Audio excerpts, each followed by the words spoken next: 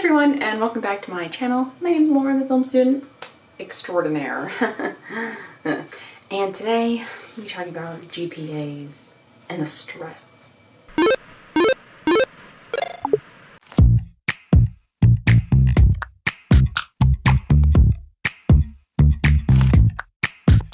I was kissing you with my eyes open, but you said keep them closed and be in the moment.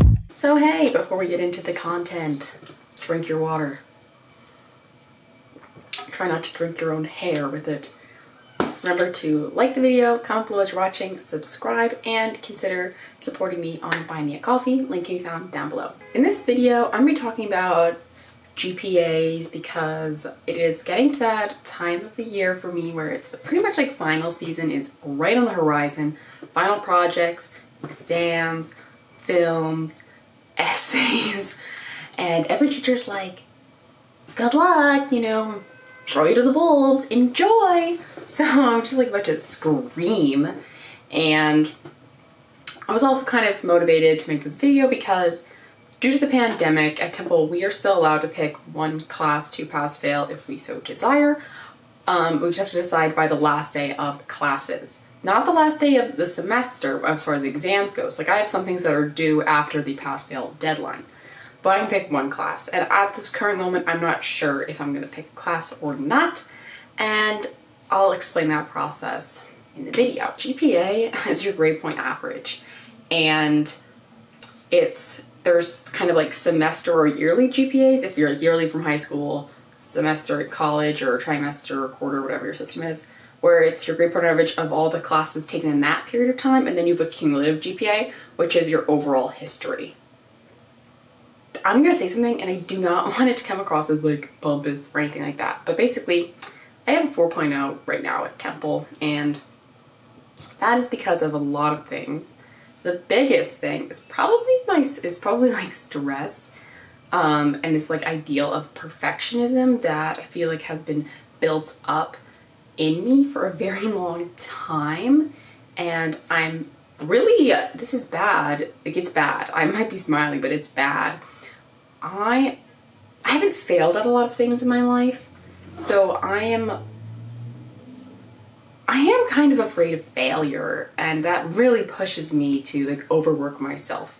And I also do love school. Like I like learning. It's an enjoyable thing for me. So I willingly pay attention and do the homework and participate. I'm a participator. It's like I won't shut up. Like teachers really will be like, Lauren, don't raise your hand right now. Like I'm not gonna call on you. So it's no surprise that I have good grades, but that like the 4.0, all the A's, it's because I drain myself dry, pretty much, to get like the extra mile for certain classes that are just really overwhelming. And one of the reasons that I got like a wellness journal, which will be coming up in a future video, it's because I'm trying to be more present, live in the moment.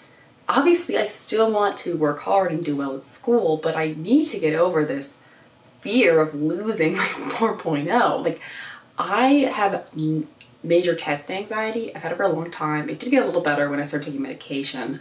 I have nightmares like before the test and all the classic ones, you know, like you overslept, or you didn't like write your name, or you accidentally didn't fill in any multiple choice bubbles. Like, it's just exhausting. And with the deadline for me to decide if I'm gonna pass fail something semi coming up, I'm not sure, and it's dumb. Like I think the class that I'm most worried about is my MIS class, because we're just doing coding now, and I've never coded really before. I did like the hour of code thing in middle school, so it's just taking a really long time for everything to like connect in my brain, and I'm really struggling with that. So I was like checking around in the grade calculator, and I think right now, like if I were to get a 0 on the last exam, like the last coding exam, I would still have a 78.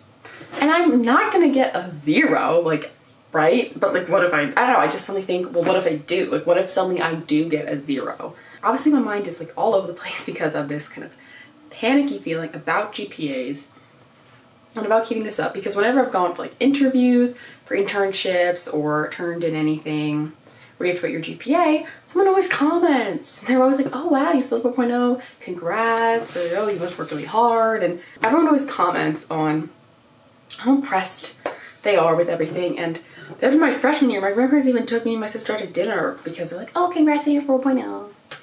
I mean, they're proud of us. They're gonna be proud of us regardless of whether they have a 4.0 or not. But it just feels like it all kind of sinks in your head and it's just hard to let go of. I don't know why I just saying that. Oh yeah, so basically in high school, I had a pretty high GPA, not a perfect 4.0. First of all, in my high school, A pluses also were like above that, because at Temple, you can't get above an A. Like even if you got the 97, that's still an A in the system, which is a 4.0. I'm not gonna go through all the mini ones, but basically an A is a 4.0, B is a 3.0, C is a 2.0, and D is a 1.0 to my understanding. And in high school, I've like talked to people who have all different sorts of GPAs. Some of them are from like literally 0 to 100, some are from 0 to 10. Most of them are the 4.0 scale, but then because of APs, like technically the highest GPA you could have if you somehow took all the APs, which you can't do, would be like a 5.33. So I think in high school I had like a 4.89 or something weighted GPA. I don't even remember what my unweighted GPA was, honestly. I never really looked at it. But in at least where I go to school, most colleges don't even have weighted GPAs. They're all just what they are. And yeah, so in high school, I'm a big difference between high school me and college me. I mean, there are lots of differences, but I lost my all A's my sophomore year when I took AP Lang because that class was brutal. But did I get a 5 on the exam? Yes, I did. And I got out of taking English at college, so it's all good. But I got a B plus in that class, I believe. And, you know, at first that was really hard for me to do it, but then like the stress was a lot. The stress was alleviated, basically.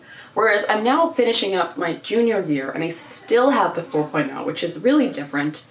And it's just this pressure. It just feels like this intense pressure on me whenever I think about it.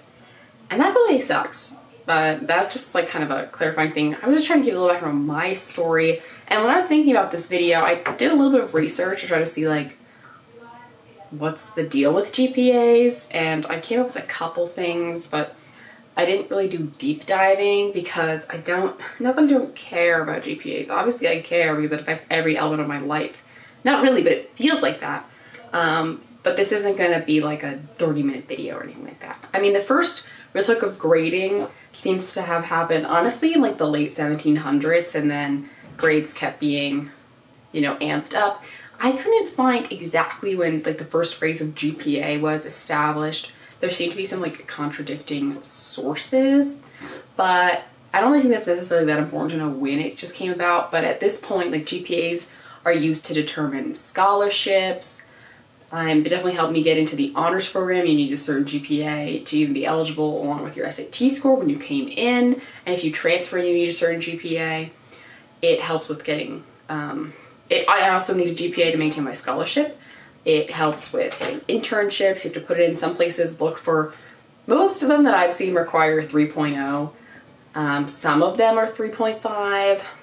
Obviously, if you think about anyone who graduates with Latin honors, summa cum laude, magna cum laude, I don't know if I pronounced that correctly, but those are all based off GPAs, and at Temple at least they're based off different GPAs per school. So like me as a film student, my GPA could be different than a GPA for the engineering. They have different cutoff points. And on the broad scale, when you're trying to either get into colleges or get internships or potentially jobs, because I haven't been applying for any entry-level jobs yet, as I'm still a student, I can't speak to such personal experience, but it's a way for them to compare you across the whole country or across, I'm not sure if across the world. I don't know if they do grade point averages across the world. I assume they do something similar. And because they're like, okay, so how is this student doing? Because they'll have different classes at different schools. But even with this, you know, trying to compare across the country, whatever, even within the class, like there could be random biases or some subjectivity going on. Not like with hard science classes or like strictly objective classes, like a math problem, like you either solved or you didn't. But with an essay, they can be a lot more subjective, or with art and creative projects, some professors just have tastes for one thing versus another thing, and depending on it. I mean, some of my projects at college have gotten like all good grades, obviously, because of my GPA that I already admitted to, but sometimes you get like a points off, and when I try to talk to the professor, they don't really have they don't have like a lot of ground behind why they took the points off, because it wouldn't be like a technical thing. It was about like the story, but they couldn't tell me what about the story. So it can be really irritating, and it definitely can still be a problem. But one thing that I did remember from when I would apply to colleges is a lot of them did ask for your non-weighted GPA, which I thought was nice, because if they were asking about like your weighted GPA, like schools that offered a lot of APs where you could take a lot of APs, your GPA was going to be much higher than someone who didn't have any APs that they could take. Now that I've kind of, I'm not sure if this is interesting to anybody except myself, but I thought it was like kind of therapeutic for me to say this stuff and prepare it, and I just want to get into a couple of critiques of GPAs for my own life. Obviously, they've helped me get great internships, I think. I mean, I think it's over my classes, but the GPA does look good. But sometimes I think it's just caused more stress than it's helped, because it's caused more stress than it's helped, and it may get, I do think, I don't know how to phrase this. It has impacted what classes I'm going to be I have decided to take.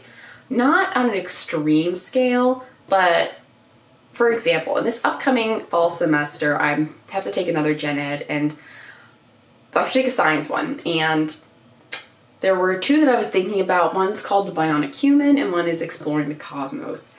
The Bionic Human one is an honors one, and I have taken all my other gen eds thus far in the honors program because I do think people seem to care more. But the Bionic Human does seem to be a lot more challenging in that you have to learn a lot about like human anatomy and everything like that, and mechanics. It's in the Department of Mechanical Engineering, which seems a little stressful, and I just don't want a stressful gen ed, especially if it like lowers my GPA, which is dumb maybe because it's an interesting class. But I also like the astronomy and the cosmos and the universe, so I don't think it's gonna like be a bad choice for me to take. I think that's the only big example I can think of directly, but I know for the past, like when I would consider certain electives, I did pick one thing or another maybe. I mean, I haven't taken a ton of electives. I mean, I have a whole minor, which was technically electives, but I don't consider them to be electives because I had to pick what the classes were going to be. And I did often take honors classes because even though I knew there would be more work, first of all, I'm in the honors program and you need a certain amount of honors classes to graduate with, like in the honors program. But also people really do tend to try harder to my, like as I've experienced in the classes where it could be honors or not. I do think that GPAs are just kind of they're not a cause, but they're a symptom. Like the stress of a GPA is a symptom of just this big emphasis on like learning for a grade, learning for a test. And I do generally like building up kind of my knowledge base, and I do try to make sure I'm actually learning material so I can apply it in the future, and it's not just coming into my brain and leaving as soon as I take an exam. But there's definitely material that I've had to do that with. I mean, I would be lying if I said that that's not the case, because sometimes I just feel like I need to get a grade on this test. If it's not a cumulative exam later, like I just need to get this material down now. And even though I do like long-term studies, like I start studying for an exam usually a week ahead of time, maybe even longer if it's a bigger test. So I'm not saying, like I don't even cram, and I do feel like I do put this pressure on this short-term gain of getting the good grade on the exam, to also get a good grade in the class, to maintain the GPA, to look good. And I know that's not the point of school. But I just feel that as soon as you start being old enough to get any kind of grade, there's always the goal of you want the highest grade possible. And then if you can achieve it, sometimes, well, you could do it all the time. And then it just becomes part of your identity. However you generally do on tests and classes, it's like part of who you are. And I definitely feel a lot of pressure because people know me for having good grades. And I mean, that's not the only thing they know me by, but it's something that they are aware of. And it feels like not only then do I need to maintain this for myself, to like for my own, I don't know, validation and just moving forward in my life, but also I feel like there would be this deep sense of shame if I didn't do as well and then other people knew that, because I'm supposed to do well. And I just feel like GPAs and everything like that has just like become part of like my identity as like a student. And I know not everybody has that, which I sometimes I am kind of envious of. I mean, I at times I'm really happy that I have this like drive for perfection, because I do achieve a lot of things, but it's at a very high mental cost. And honestly, this past year has been insane with being online, and I don't even know where I would be mentally if not for being on medication. So I'm very happy that I was able to get on medication a little bit before everything happened. But it's hard because I still have this drive for perfection, but sometimes I just feel so unmotivated because I literally sit in this room all the time, and I try to go out and do other things, but like I still spend so much time here. And I'm so happy that I think either 4 out of my 6 classes or 5 out of my 6 classes next semester are going to be in person. That I realize it sound like a lot of classes, but one of them is yoga and one of them is orchestra, so it's not really that much. And it's just been so much, and the fact that we still have to deal with our GPAs. I mean, I'm happy that Temple has this opportunity to take one class pass fail if we want to, but sort of just is like, what if you just want to like crawl in your bed and like die for a minute or an hour and then, you know, come back to life later. I think that was everything I was gonna say. I'm sorry if it was a little chaotic or went all over the place, but if you made it this far in the video, thanks for listening to me rant, explain, vent, or whatever this was, and wish me luck on my upcoming exams and projects, because I'm gonna need it. Alrighty, so that was that. If you enjoyed it at all, please give it a thumbs up. Feel free to comment down below whatever you want, whether it's your own stories about dealing with school and academic stress, or some words of motivation. You know, I appreciate it. Subscribe if you would like to watch all my videos. I do upload twice a week. I'll see you next time.